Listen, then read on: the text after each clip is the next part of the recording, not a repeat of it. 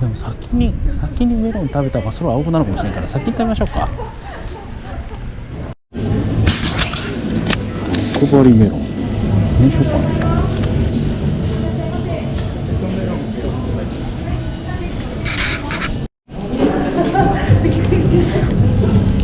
食べれるよこれ。すごいです。これ欲張りレモン。すごいねこれ。食べても減らないですこれ。すごいねこれ。量でも美味しいね。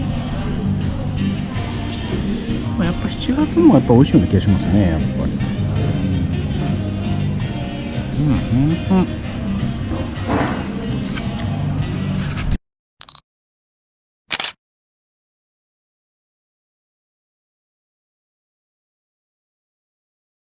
じゃあファーム富田さんに来ました。ちょっとね空が目論見外れて青いのがちょっとなくなっちゃったんですけど、行ってみましょう。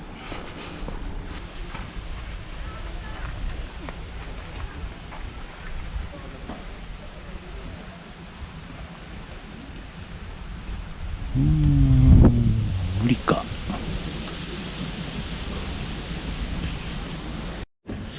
上から見たら綺麗やね。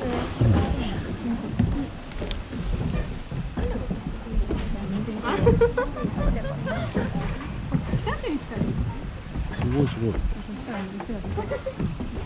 から見るとやっぱ綺麗やね。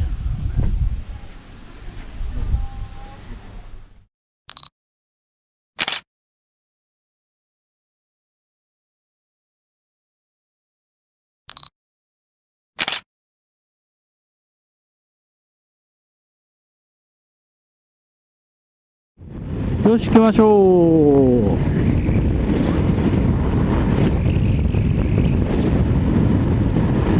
今からね三笠、よく通る三笠の方ですね。あれを通って三笠経由で石狩の方出て帰るのが早いらしいんで、そっち系で行きましょう。3時間あれは着くらしいんで、今ね1時40分なので途中休憩しながら入ればちょうどいいんじゃないかと思います。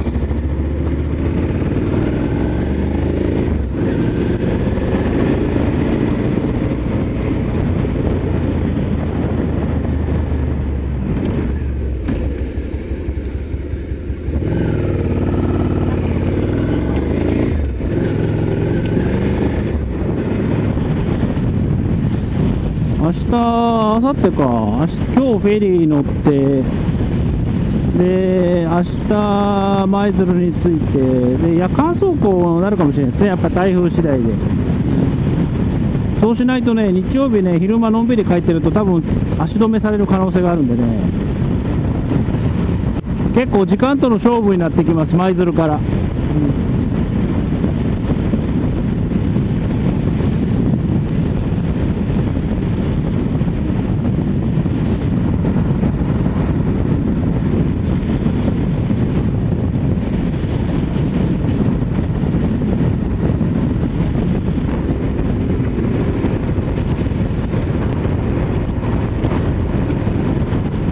さーて札幌方面、三笠ですね。札幌というか三笠方面向かっていきましょう。小樽方面ですね。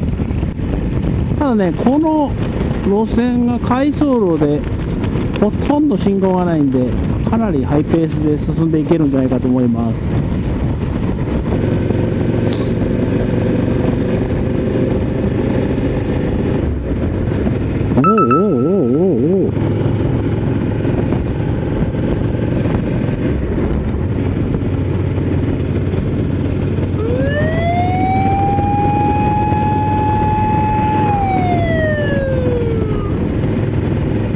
ここも取り締まりやるのよね。結構ね恐ろしいね。こことかスピード出したいもんね。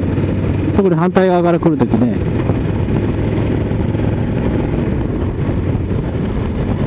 確かね途中三段滝ってあるんですよね。そこでちょっと滝を見ようかな。昔ね9年前に三段滝で滝を見たんですけどね。三段滝行ってみるか。ちょっと久々にトイレも行きたいし。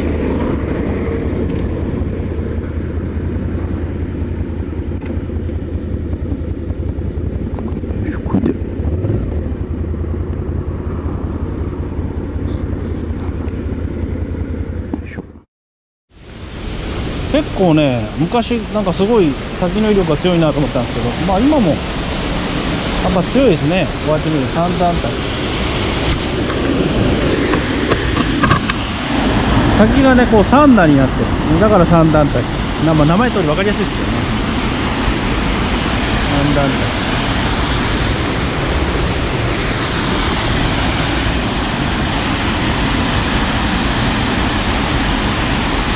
最近雨が降ってないからね、結構水のあれが弱いのかもしれないです。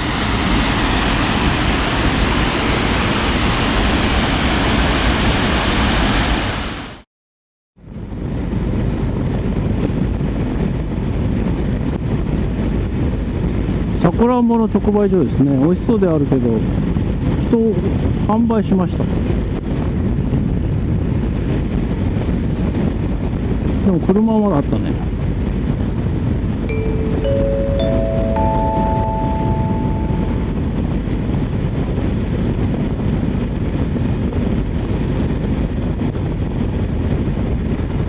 三笠に入ります。三笠トンネルで、宮足トンネル、足川と足別と宮足トンネ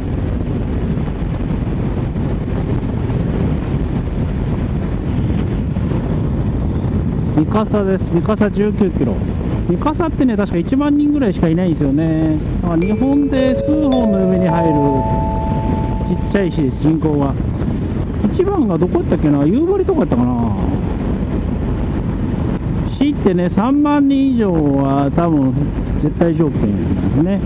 まあそれだけと、まあそれは最低条件だ。あといくつか多分条件があって、そこで初めて何々市って名乗れるんですけど、じゃあ三笠って1万人しかいないのになんで市なのっていうと、昔は3万人超えてたんですね。だから1回市になってしまうと、人口がどれだけ減っても市は維持できるんですよね。だから夕張とか多分もう8000人とかはね、7000人とか多分それぐらいしかいないですけど、いまだに夕張市なんですよね。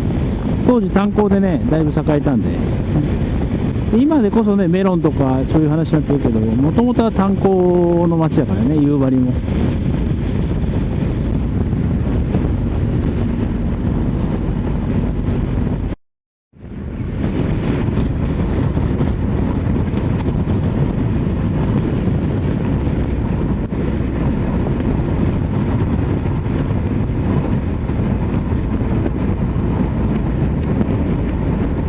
国道12号線ですね。12号線。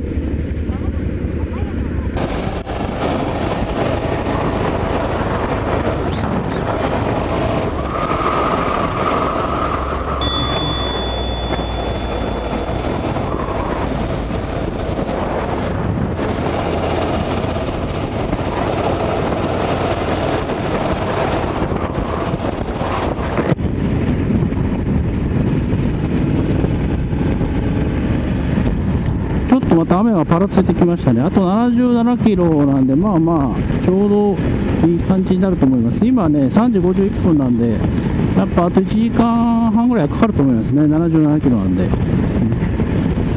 まだまだやっぱ小樽遠いですね。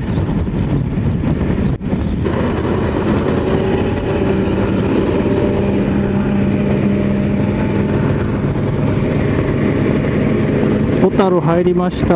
小樽です。今小樽見えました。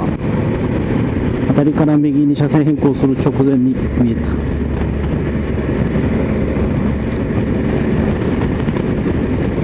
今日ね、一応フェリー、実は明日のフェリー予約してるんですよ。で、ただね、今日空き状況を見ると、ステート B というのはね、洋室の海が見える窓タイプの方は、どうも×になってたんですけど、バイク自体ね全然丸だったんで、多分全然大丈夫だと思います。なので今日ねまだ変更しないんですけど、くら替えしてしまおうと思ってます。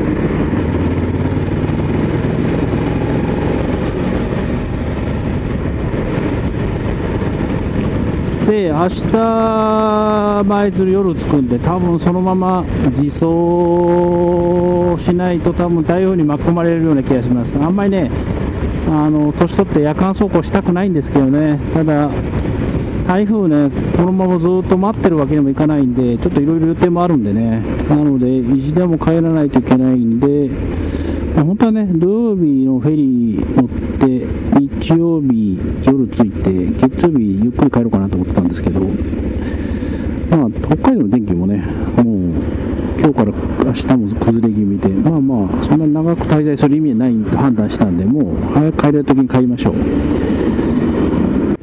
なので、多分明日夜、自走、九州まで高速で自走するんだれば、多分山陽自動車道の方がいいですね。なんかあったら、札幌やね、札幌入りました。なんかあったら、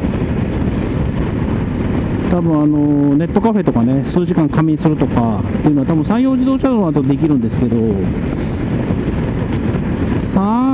あれ中国自動車道はね、もう完全に山の中で休むとこ全くないんでね、途中で降りて仮眠とかっていうのもできないし、サービスエリア自体もね、結構辛くて、あと山の中なんで寒いんですよね。なので、もう多分明日は山陽自動車道を多分ずっとひたすら走って帰る、まあ距離もね、山陽の方が短いんでね、多分その形にはなると思います。一応ね、6時から札幌のライダーさんと待ち合わせしてるんで、多分間に合うのは間に合うと思うんですけどね、このペース。ガソリン入れて、まあゆっくりと。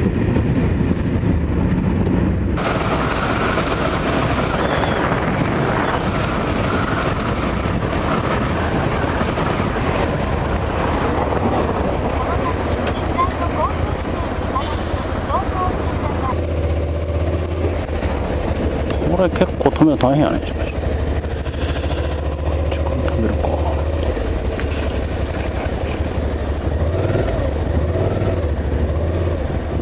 ギリギリいけるね。うわ、でもこれ結構辛いね。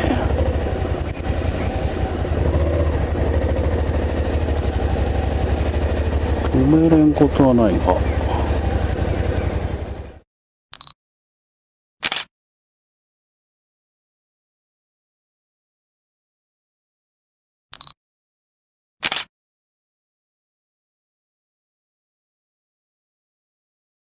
もやしをドサッと入れて、この上に乗せた方がいい。あ、そういうもんなんですか。はいはい。そうしたそうした。もやしをこうドサッと。この上に乗せていいんですか。そうです。はいはいはいはい。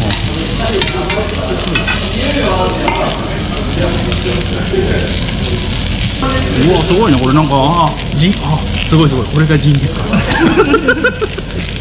う、これでいいですか。これ、そう、こうやってやった方がいい。めちゃくちゃ美味しい。やっぱ味が牛とか豚とやっぱ全然違う。いや違う。でもなかなかうまい。そううまい。手があって食べれない人もいる。らしいですね。だから全然違うからやっぱり。北海道のやっぱり素晴らしさがやっぱりそこはやっぱりだからやっぱり4回も5回も来る。いやでも道東とか知ったら、それこそ西を国ってからなんて、もう車なんてほとんどいないような回送路ずっと道路ね、道幅は広いし綺麗やし、走りやすいし、あれはね、確かにバイクのための道で。でも仲間内の人と2人でとりあえず2人で今回でも北海道ツーリングをやってやっぱりよかった。お金って言ったら何もできんから、やっぱ行ったらいろんな人と知り合えてこう話できて、やっぱ自分の中で人生にものすごく貴重な経験になるし。いやでも本当そうだからね、僕もバイク乗ってこうやってね、いろんな付き合いできて、だからやっぱりなんかバイクってどっかであったら、なんかやっぱ話しかけてくる、話しかけるとかね、話しかける話しますよね。ある本当にある。こうやってそうある。だからね、やっぱ全然違う。車とかそういうのとは車だよ全然違う。車でないし、そうだからやっぱ楽しいなと思って。ですけどジャンクションいっぱい下道降りることないんで、高速乗っで今あれもありますから二輪のライダー割もあるから高速割そのライダー割って、いやこの前も言われたんだよね。大丈夫だってライダー割あるから。そうライダー割使ってるから今年から？今年からです。今年の4月だったかな、3月か4月かへえ。で僕もちょこちょこ使うんでライダー割使って今日は多分それって何、申請も何にもしなくても？いや申請しないの、事前申請しないの。あ、やっぱそうなの？事前申請 ETC のあれ登録とか全部してますんで。あ、やっぱそうなの？あ、そうです。で片道100キロ以上走らないといけない。はい。え、こんなんで取れる？取れます取れます。ありがとうございます。はいおごっていただきましてすいません、ありがとうございます。もうありがとうございます。いえいえ来年来年もう必ず九州来てくださるということなんで、だから九州来たらどこでもたっぷりと熊本でも鹿児島でもちゃんと呼んでください。福岡でもいいし九州行ったらちょっとご質問わかりましたすみません、この恩は返したいと思います。よろしくお願いします。ありがとうございます。すみません、ありがとうございます。いやいや。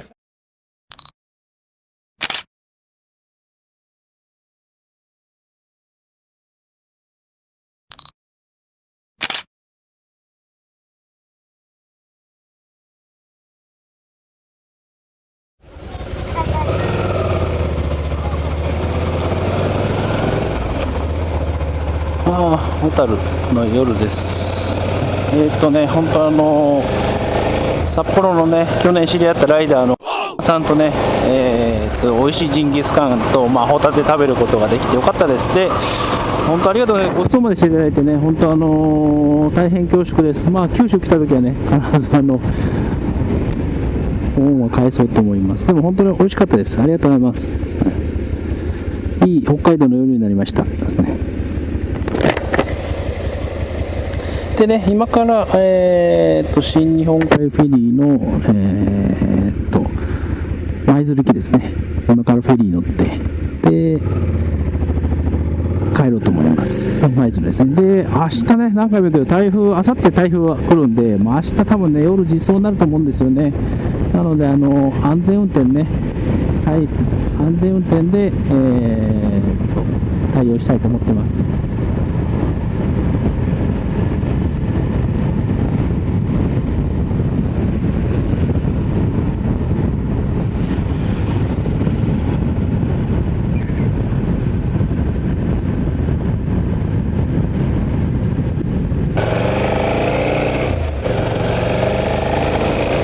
おー、フェリーです。でかいね。こっちから見ても当たり前やけど、小樽の方がね、やっぱみんな新日本海フェリーの本社が小樽なだけあってね、舞鶴よりターミナルがでかいです。そしてようやくバイクもすでにいますね。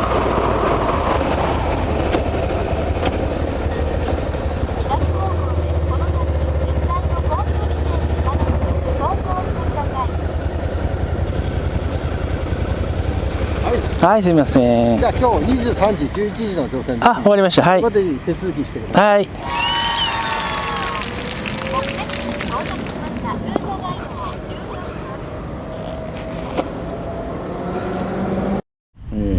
今日はね、和室にしてました。なんか洋室がね、埋まってたらしくて、窓側があるやつがね。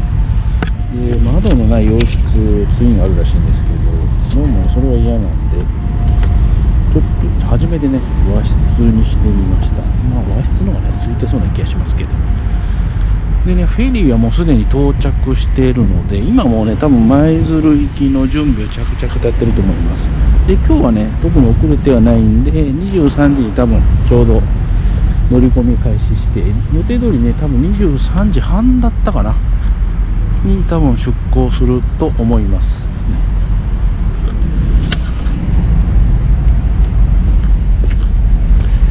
バイクはね、そんなに、今バスも来ましたね。バスで乗り込む人もいるみたい。徒歩かな。バイクはね、そんなに今日はやっぱ多くないですね。今日のフェリーはアカシアですね。行きは浜那須やったと思うんですけど、姉妹線でアカシアというのがあります。で、アカシアね、浜那須も一緒なんですけど、これね、国内のフェリー航路の中で最も速いフェリーですね。時速55キロとか6キロぐらい出てて、で舞鶴小樽をね、1063キロやったかな。それは21時間ぐらいで結ぶという、ね、極めて速い船です。でこっちの方でね、日本海側って全然船が揺れないんですよね。なのでフェリーのね揺れが苦手とかいう人でもね、このフェリーであれば多分全然大丈夫です。で一気にね北海道、本州からだと一気に北海道まで関西から移動できるんで、かなり便利で物流の面でもかなり重要なフェリーですね。もうこれも何回かね、もう5往復乗ってますね。私も今回で5往復目だから相当縁があるフェリーです。で今回はね初めて和室にしてみました。どんな感じかちょっと乗ってみてまたレポートしようと思います。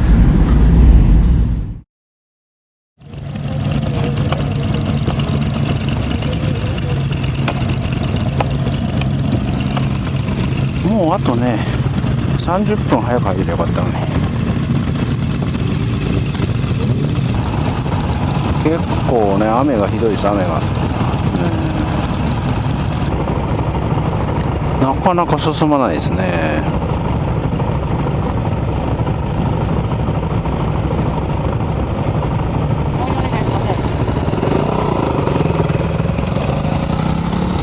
はい、ありがとうございます。はい、スロープ上がって上の方にお願いします。はい。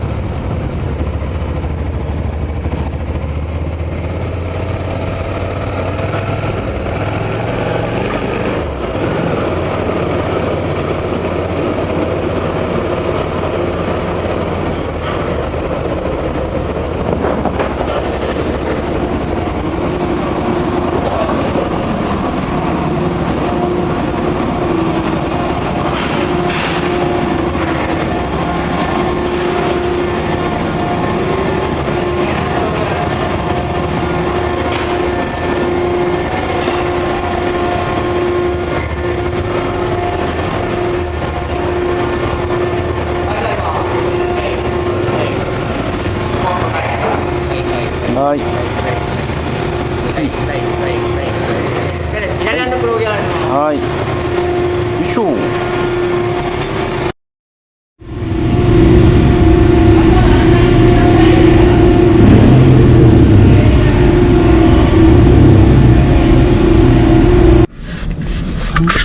疲れました。疲れました。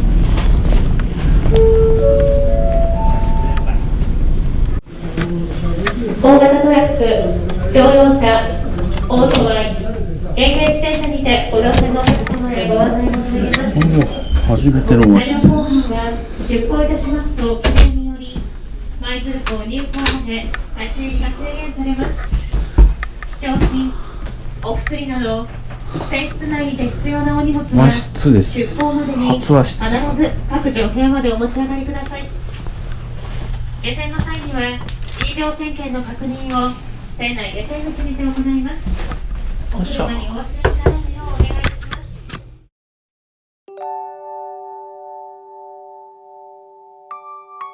す。